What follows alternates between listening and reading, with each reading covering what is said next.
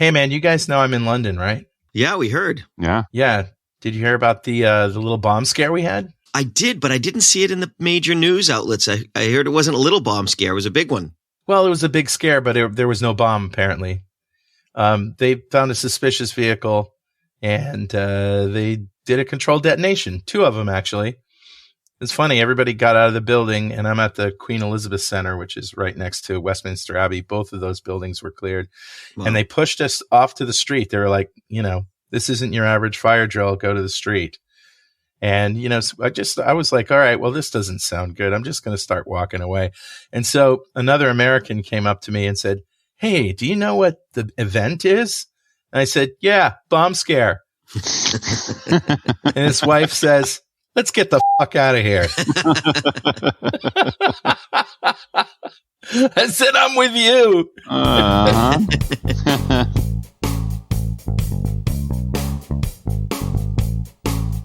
So what's new, guys? More hacky stuff. More hacky stuff. Always fun. Always good stuff. Some of our sources are Twitter now, so we're getting bleeding edge, I guess. Oh, yeah. Bleeding edge. A lot of the Twitter resources actually go back to, real articles. But so what are we starting with, guys? You know what? I think we start with probably the most important story this week is the F5 story. F5. Okay. F5. Big IP. Yep. All right. So for those of you who are just home users and aren't running massive IT shops at work, F5 will be not something you need to worry about. However, everyone doesn't have one at home? I know, right? This is major network hardware. Yeah. Okay. Yep. So, and it's interesting because the flaw in this particular device, this is F5's big IP vulnerability. They're big IP devices. So the flaw in the device distills down to if you have your management port open to the internet, so the port that an administrator would connect to make changes to these devices, if that is open to the internet, then right now there is an unauthenticated RCE. So, and I think I found a problem right there. You shouldn't have management interfaces open to the internet. That is a big, major fail. That's probably not a good idea. It's a very bad idea. That is a terrible idea. Yeah. Now, this one has a little bit of a twist. Now, there are patches out there and that sort of stuff. However, the biggest patch would be go configure your big IP device to not actually be on the internet. Is probably the best thing for your management port not to be there. So what's interesting about this exploit is there's a couple different campaigns going on right now. One campaign is to go and install either reverse shells or web shells on the back end. So for those of you who may be new to this show, so a remote code executioner is an RCE. That's what we're talking about, where you can run any code you want. Right. And there's 2 camps. There's I want to own this site and hold on to it forever and use it for some nefarious reason. And to do that, you'll typically install a shell. And a shell is it's a remote access tool kind of thing, like a rat, where I can either have the device call out to me and I have control over it, or I can have that device call out to some command and control structure, what's known as a C2, and then I can control that device and then tell it to do things. Right. So that's one camp. So just to calm everybody who doesn't know what you're talking about, if you don't have an F5 device in your organization, you don't have to worry about it. Right. It's a lesson, but it's not. It doesn't bear to you. Yeah. Right. And it's a good lesson. So the moral of the story is make sure that all of your network devices, whether it's firewalls, routers, switches, whatever, those management ports that you would use as an administrator to configure them should never be on the internet. Right. You shouldn't have access from your iPhone's web browser, especially your iPhone's web browser. The 3 requirements for you to be vulnerable to this is to have the device, which most small organizations and individuals wouldn't have. Yeah. The next would be to have put your management interface on the internet, which is a bad move in itself, and to have not patched, because there is a patch for this.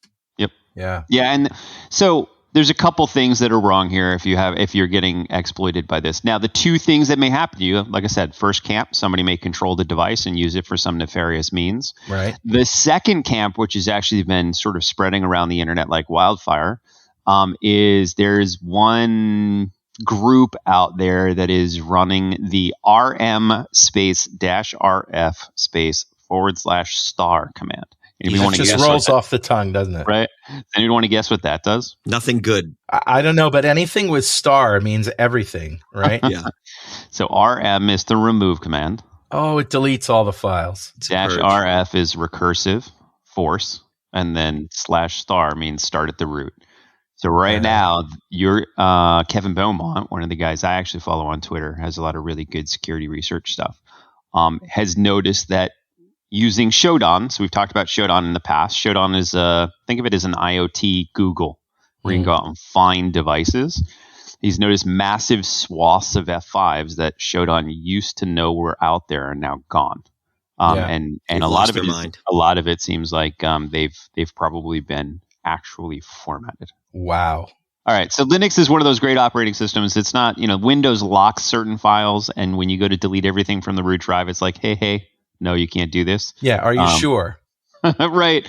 And Linux is like, hey, we're not locking anything. Go ahead. Let's just remove all of it because you told. Let's do it. Yeah, let's do it. So I'd like to instruct everybody to put their iPhone up to their speaker right now. Ready? Hey, Siri, do a hard reset of my iPhone. Mine is actually responding here, but it says, I'm sorry. It says, I'm sorry. Alexa, order cat food. I am in the UK, and they are very polite here. So it would be very much like Siri to say, sorry. Mm-hmm. Mm-hmm. That was Canada. Oh, yeah. Well, they're even more polite, I think. But it would say, sorry. Mm. So another lesson here, and that's what we're all about, is the lessons. Right. Is most people don't back up the configuration of these things because they think they're immutable. They're not used to them getting formatted. And it's a good practice in any case. But people could lose their jobs over this if they don't have a backup of these configurations because the network's going to be down. Yeah. Now, if you have a restore capability, well, then it's bad, but it's not as bad. You have to have restored it in order for it to be reliable. Yeah, you tell the boss, hey, we had a network outage, but I fixed it. That's a much better line than we have a network outage and I don't have any idea when I'll be able to get it back up. So Azure's in the news, isn't it? Microsoft Azure. Yeah. It is. So have you guys used Azure Synapse and Azure Data Factory pipelines? I'll admit, I personally have not. My customers have, but I personally haven't. It sounds really cool. What's funny is a lot of really cool technology. I generally find out about it when it's exploitable and I can break it. And then I go, oh, cool. Let me take a look at this really neat thing that's existed for a while. It's awesome. It's awesome. It's funny. I visited a customer this week who listens to the podcast, and he's like, every time I hear you say, "Oh, this is so awesome," I get scared. Concerned. I get concerned. Yeah, concerned for his genetic line.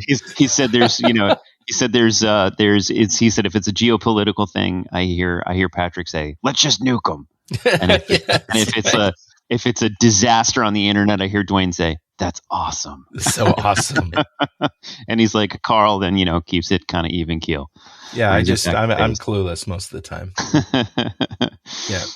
So this vulnerability has already been patched. And because it's a cloud vendor and there's been no evidence of exploitation, it's probably not an event, but it's not as serious. So what does it do and who found it? Yeah, so the way what this does is if you're leveraging Azure Synapse and Azure Data Factory pipelines. So for those of you who those are new words, which they were for me, all that is analytic services by Azure that give you the ability to analyze large data, sums of data, right? Yeah. So big data warehousing analytics. Right. That's pretty much it. And the attack here is not that if you're running it, you were going to be compromised from the outside. It was that researchers found that if they were using the APIs they could go laterally from customer to customer. So they could pull other customers' data. Wow. If they were using the APIs. And that was the big issue. So it wasn't really like, oh my gosh, anybody on the internet could run this, super simple code. This is a good opportunity to teach the listeners what we mean by multi-tenancy. Yeah. Multi-tenancy. Imagine you have, in the old days, you had a computer server and you had all of your stuff within that server for your company and everything's good. And then somebody says, hey, we ought to go to this automated, hosting provider where we can bring our computer and then they can, have it there. And then the company decides to also host another company's website on your computer. Maybe they asked you, maybe they didn't, but this happens. You're sharing a computer with somebody else. And you might even be sharing a database with somebody else or services. And that database needs to know the difference between company A and company B. And that's called a tenant. So, you're essentially one password away on the same connection from accessing someone else's data. Imagine a hotel where you have individual bathrooms in each room versus a hotel where all the bathrooms are communal and it's just a crapshoot. I laugh. That was a bad I laugh, but most hostels work that way. Communal bathrooms and bedrooms. That's why rich people don't stay in them. Wow. Usually things don't go wrong. Patrick's the 1%, by the way. Just letting everybody know. Well, maybe when we talk about my Ukraine story, we'll find out that's true. But it's, usually nothing goes wrong. But when those tenancy walls are not thick, when they're not secured, that's when the neighbors' decisions start to impact you. So the cloud is based on multi-tenancy, and they spend a lot of their time and effort making sure those walls are thick and nice. This is an example where one of the walls was too thin. I have a story. This is all teaching day right here. So this was a story from the 90s, I think maybe 94, 95, when I had a Windows NT server running my application, and I had a customer that wanted some space on it to do some stuff. And, we had a little agreement, and I said, okay. It was like a survey kind of thing. And so they did this survey. And then one day my computer is down, my websites are down, everything's down. And I have no idea why. And the ISP looks into it and says, dude, your CPU is maxed. And we looked and saw that this tenant had a website that was printing a report in a tight loop, which means not allowing for any other threads or any other execution on that whole computer while it spits out this report. And, applications these days and programmers know better than to do that. And the software won't even allow them to do that. Right. But basically this guy's, I'm just running a report, brought down the whole thing. Yeah. Sounds like a denial of service report. I like it. Denial of service report. That's really. So it doesn't take a big flaw. I was on a client site, an insurance company out in Western Mass once, and they had a report that every time they were running it, it was corrupting the database of a new system they were bringing online for 100 users. And the vendor's like, you can't run that report. It's corrupting the database. And the customer's like, that's not possible. And so I found out they were doing a report of between a 3 million row table and a 6 million row table with no indexes. And so they were getting table locks for minutes, and it was causing the data entry system to be corrupted because it couldn't complete transactions. So these things happen. They don't happen as much as you pointed out, Carl, but you can still engineer your way into a mess. I think that we ought to call the show "Know Thy Neighbor," or "Beware Thy Neighbor." Perhaps. That's right. All the stories so far, including this next one, seem to be, picking stuff up for your neighbor that wasn't intended for you, or maybe it was and you didn't know it. Yeah. Let's talk about the historic hotel stay. Historic hotels. Complimentary emotet exposure included. Emotet does not sound good. Emotet's bad. Emotet's bad. So, one of the prongs of attacking a company is obviously we're always looking for bad code that we can exploit and do something. But the biggest issue with most companies, the biggest flaw in the system is usually the humans. Yep. So we want to get the humans to do things whatever we want them to do, whether it's click on something, run something, give us some information. And what better way to put together a human campaign? We talk about phishing, right? You send an email to someone. Hopefully it's convincing. And a lot of us have gotten really good at picking up these phishing emails like, oh, this came from, it's a UPS. Hey, you have this UPS slip. And you look at the top and it's from, john@gmail.com. You're like, okay, why would someone at Gmail be sending me this UPS slip? Doesn't Right. make sense. In this particular case, what attackers are now starting to do, and whether it's from prior breaches, etc., they've found out what hotels you might have stayed at in the past. Wow. And then they send you information actually spoofing the domains of those hotels. Whoa. So you'll see it looks like it's, reservations at Hotel Warner, when in reality, the deep, dark domain in the background is something entirely different. It's funny because I'm actually doing this show in London at my hotel. And now I'm just, I haven't had any problems yet. But yeah. Yeah, so it's tough. I mean, if you receive an email from a hotel you've actually stayed at, and it looks legit, the email address looks pretty clean, most of us aren't going to right click on that email and say view source and try and read through it to make sure it's something I shouldn't be clicking on. Right. Actually, I'd call the hotel. Yeah, I would too. I don't interact with email anymore. I've known you too long, Dwayne. But here's the thing. What they're liable to do is send you something that's going to prompt you to be urgent, like there was damage to the hotel room in your last stay, and we've come up with an itemized bill for repairs. Please look at the attachment. And people will be pissed at that, and they click on it, and now they're owned. Yeah. So you gotta follow up and say, okay, even if it's a hot topic, even if it's something that makes me upset and nervous, check with the source to make sure it's legit first. Yeah. Right. It's like receiving an email about your credit card. Always call the number on the back of the credit card. Don't respond to the email. Don't click on a link. Don't call the number in the email. I told you about that, right? Yeah, the American Express card. Yeah. Yeah. Oh, I wasn't going to use their name, but yeah. You can go back 4 shows and you'll hear the story. They deserve it. It was true. It's a true story. All right. Well, anyway. So what's next? So next on the list, I think, is probably, sadly, a U.S. college is shutting down for good following a ransomware attack. Yeah. So Lincoln College in where is Lincoln? Illinois. Anybody? There you Illinois. go. Illinois. That's a shocker. A shocker that they would name a college after Lincoln in Illinois. Right?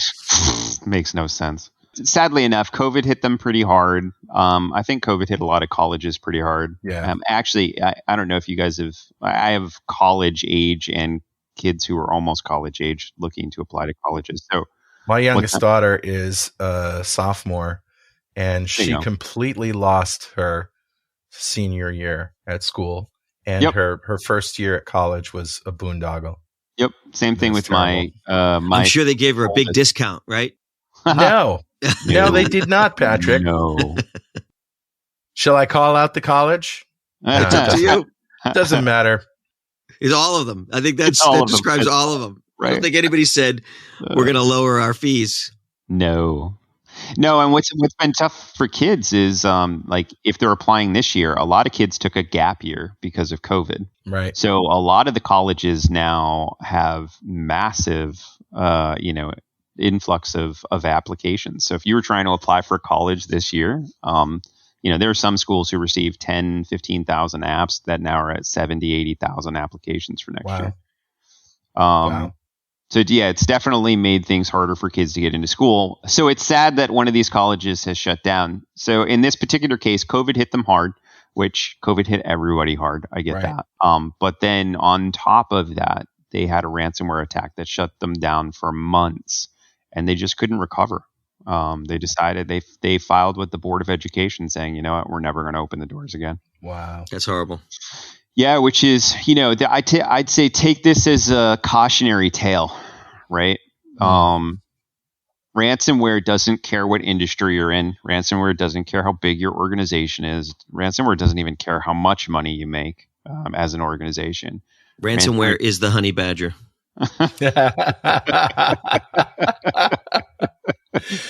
Oh man, that's a Wait, is that a blast from the missile? past. I like to date myself since no one else will date me. That was a serious internet meme, and I'm thinking it was like in the 2000s, wasn't it? Oh yeah, it probably was early 2000s. I'm not as old as you guys. You're gonna have to explain this honey badger. It's a honey badger, which is just an extremely ferocious thing that when it's backed into a corner, it doesn't matter what the threat to it is, it's coming out swinging. Doesn't matter. Yeah. And there was a guy who did a meme, and he narrated a video of a honey badger. It was like one of the first video memes that I ever saw. And he's like, honey badger don't care. And that was like the whole thing was him saying that. That's awesome. Well, there you have it. Ransomware, the honey badger. It doesn't care. All right, let's talk about Iran. I think this one's pretty awesome. Not from the You're not a fan of Iran, I hope. No, I'm not at all, actually. But though I'm sure they're wonderful people. I actually know some Iranian people that are really do too. Iranian people it's the government. Are wonderful people. They are. Yeah. And all things said on this podcast, I will say I have access to grind against governments, but never the people. It's funny. Our friend Tim Huckabee, he's always saying, I have no problem with the Canadian government. It's the people I don't like.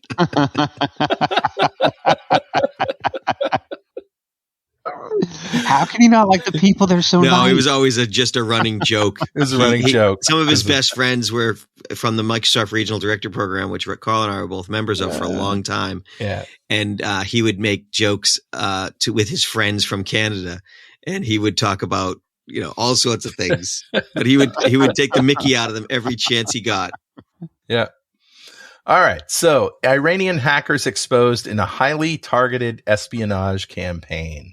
What happened? This sort of spycraft is not new, right?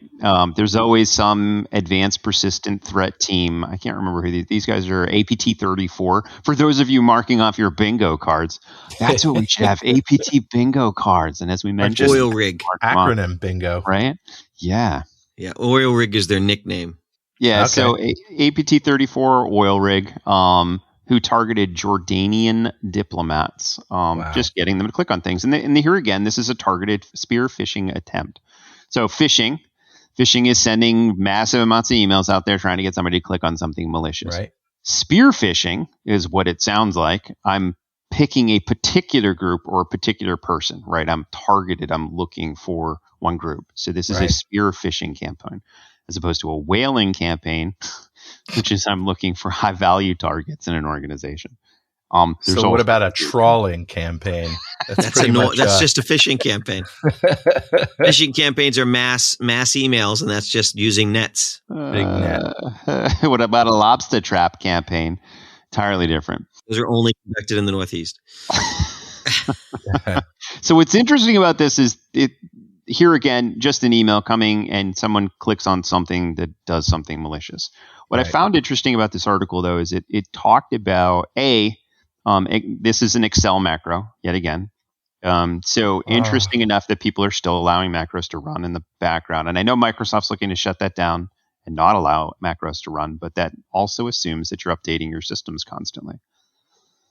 But the other interesting thing is this ends up being a .NET application that gets dropped.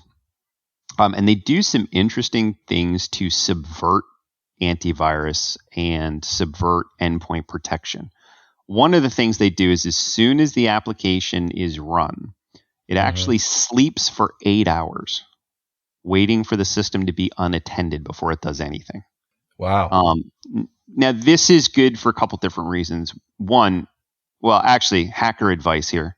Listen, APT34. First off, if you're using the sleep command, that's not going to bypass sandboxes. So if, for example, your code were picked up by Defender and Microsoft runs it in their sandbox in the cloud, they bypass all sleep. So you're going to want to make sure you use something other than sleep. We actually have special algorithms we use that slow our code down. Stop teaching the Iranian spies, please. Yes, Dwayne. Okay. No hacker advice for you. No hacker advice. So they do a sleep for 8 hours, and then when the system is unattended, their communication chain back to their command and control structure or their C2 is via DNS. And we were able to use this on a recent campaign of ours, which is really kind of neat. So to unpack that a little bit, what's DNS? Domain name system. There you go, right. Domain name system. So all DNS does is resolve a name, www.microsoft.com, to an IP address, because your browser needs to communicate with IPs. Right. That's how the internet works. So what's interesting about DNS infill and exfil, infiltration of data or exfiltration of data, is that what you do is you make a query to your domain, let's call it hacker.com. And instead of looking for www.hacker.com, I look for, razupg2w01eos.hacker.com. Now, what is that? That's just a base 64 string. So it's a string that is encoded. So base 64, for those of you, I know I'm throwing out a lot of sort of... It's like Pig Latin for computers. Yeah. Patrick, I love your analogies. That is perfect. It's Ig Latin pay for computers K. It is. So you'll send this string. It's not encrypted, but if you look at it, it looks encrypted. But when you base 64 a string, it takes all special characters, like space is a special character. Percent is a special character. It'll take all those special characters and it guarantees that you're going to have one solid string that's always in the range of, lowercase a to lowercase z, 0 to 9 with no special characters, which is nice because then you can bring it back to all the special characters before later on. So when I query this domain, the razupgn whatever .hacker.com, my DNS server, my malicious server receives that request. Mm-hmm. And instead of looking for what the IP address is of that server, it actually takes the name and decodes it out of base 64 back into a regular string and says, oh, okay, you just ran the who am I command. Great. Now tell me who's the person what's the privileges that user has. Holy crap. When I return my result to you, I give you a fake IP address, but then in what's called the text record, I ask you to run another command. And you then grab down the IP in the text record and you run another command and you break it out into another, 4,000 or 5,000 host names that are base 64 with the result. This reminds me of like a sub conversation that goes on, like kids. They have, when kids figure out that they can make up languages and protocols and stuff that their parents won't understand. Mm-hmm. Or if you're playing bridge with your friends and, your partner and you have a thing going on, and then the other guys have a thing going on. One of the partners says, you remember that jewelry store we used to go to downtown? Yeah, they had a lot of diamonds down there. How many diamonds do you think they had? Oh, I don't know, 4. First off, Carl, I know how old you are. You're not old enough to play bridge. But secondly, you are right. So it's very similar to that. It's a meta conversation. It's using DNS, which was never meant to be some sort of, client server gateway for anything other than doing what it does. Yeah. And it's repurposing it. Yeah, and what's interesting is there's awesome. a lot. It's so awesome. There's a lot you can do here. I'll give you a tiny little side story to show how powerful this is. We were pen testing a customer. Mm-hmm. And they put us on a computer. We had access to one of their computers that was completely shut down from anything. Didn't have access to the internet. Couldn't download any of our tools. It was literally just a jump box to get into systems internally to their network. I couldn't run anything. I couldn't download my own tools. I couldn't open a browser. But what they did leave open was the fact that DNS still worked. It still authenticated to a domain, right? To authenticate to the domain, you need to find the Active Directory records in the local AD DNS. Right. So we could query the domain controller. So the domain controller, for those of you who don't manage massive Active Directory Windows environments, a domain controller is in Windows, you have a domain. It's a place that holds all of your accounts and resources like computers and printers. Right. And that domain controller typically is running a domain naming service. So you know where the resources are. I want to authenticate. Where's the authentication server? Right. Right. I need a printer. Where's the printer? It's something that we desperately need in home networks behind firewalls where we have multiple computers and printers and we don't have names for them. Right. Yeah, exactly. So what's interesting is we're pen testing and we needed tools. We needed to pull down our tools. Mm-hmm. We're like, we can't pull down our tools. We can't copy anything up here. This box doesn't even have access to the internet really. But what we were able to do was write our own utility that would query our domain controller out in Azure. And we would take an executable. Let's say, for example, it's calculator. We'd take calculator, calc.exe, and we would encode every bit of calc.exe in base 64. So it didn't have the same signature. Not even so that it didn't have the same signature, but so that we would have like 15,000 20-character strings. Oh, that's funny.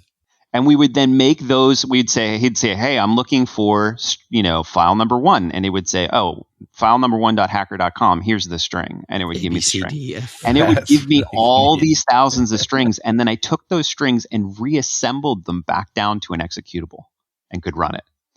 So that sounds like you could pull all the tools directly over DNS through this person's domain controller to then run those tools. And yeah, it's pretty awesome. So that similar technique is being it's being used for communications back and forth. All right. So how do we know in our companies that our DNS servers can't be used for such nefarious purposes? That is a good question. Mm-hmm. So the first thing you should look for is if you ever see 15,000 DNS requests coming from one computer, there's something wrong there. Yeah, it's basic. There's never, you're going to see a few, maybe 100 DNS requests in an hour-ish from any computer on your network. Any more than that, you probably have an issue. If you have a sophisticated and good intrusion detection system, IDS, it should pick that up, but they don't all. I believe that the client you were talking about might have had an IDS on site at the time, didn't they? Yes. So it doesn't always get through. But then the other side is if it's an APT, an advanced persistent threat, they can do 50 a day. Wow. And it'll take months. It'll take 18 months. months. More hacker advice? Unfortunately. More hacker advice.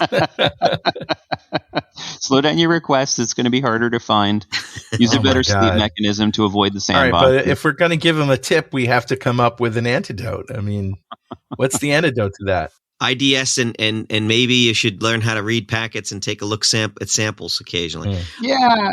And if you're ever doing any logging, I know a lot of companies don't do this, but if you're ever doing logging of anything that's going from inside of the network to the outside, even if you were to do something simple like show me what the top domains that every computer in the organization queried today. Okay, yeah. Right. It might be Microsoft.com. It might be, our vendor. Maybe we deal with the New York Stock Exchange or whatever. Right. And then if you see hacker.com as like number 3, you go, okay. It's probably not going to be hacker.com. It's probably going to be. It will be an unknown. It will be something that doesn't. Right. It'll be something that shouldn't be above, a newsorganization.com. No. It would be something like, IoT box Raspberry Pi Dwayne's house number 1. Exactly. Yeah. .com. Not to rain on that parade, but typically what we'll do is register about 100 different domains, and then here we go. More career criminal advice. Split every so as soon as we give a tip, Dwayne's there with a way to get around it. It's a combat. It's to break it's an arms race. It is an arms race. There's a move against every move. But what I will say is this. But what's the final protection though? Don't get owned in the first place. Don't let him on your system. Because in the scenario that we're talking about, he's already on the network. Yeah. Right. Yeah. So somebody had to run something. In this particular case, we were doing a red team engagement, so they put us on the network willingly. Yeah. So basically, that simulates. Okay, so someone got phished, and now you're on the network. What could you do once you're inside? And so we did a lot. And unfortunately, it comes down to don't get phished. Yeah. Because you don't want us on the network. All right, Patrick, I know you have the last story here. I do. And it's near and dear to your heart. Tell us about it. So we have a programmer whose name is being withheld because he's a great guy, but he's actually working to fight the Russians in Ukraine. And his company is a group of people who are all from Ukraine, and they've been working with us for many years. We know them very well from business, and they've taken the whole company and pivoted it, and put all their resources into supplying the Ukrainian troops with flak vests and wound bandages, tourniquet kind of bandages. That's great. They've just recently set it up so that it is a charity.